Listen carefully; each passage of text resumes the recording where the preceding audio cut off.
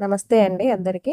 ఈరోజు మా గార్డెన్‌లో ఉన్నటువంటి పాలకూరతోటి పాలకూర జ్యూస్ ఎలా తయారు చేసుకోవాలో చూద్దాం.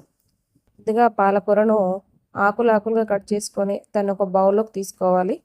బౌల్‌లో తీసుకున్నటువంటి పాలకూరను చక్కగా నీటితోటి వాష్ చేసుకున్న తర్వాత కొంచెం ఉప్పు కూడా వేసి ఒకసారి కడుక్కుంటే మంచిది అనమాట. దాంట్లో ఏమైనా క్రిములు గట్లా ఉంటే పోతాయి.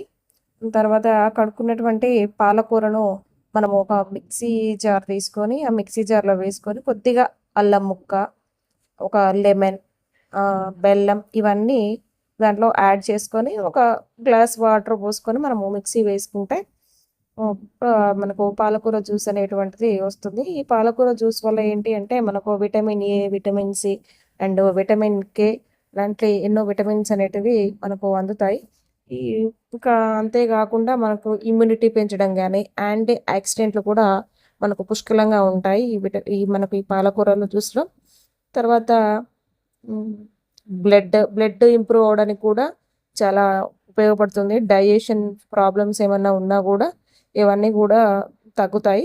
కాకపోతే డైలీ కాకపోయినా వారానికి ఒక 2 సార్లు తాగితే ఆరోగ్యానికి చాలా మంచిదనమాట.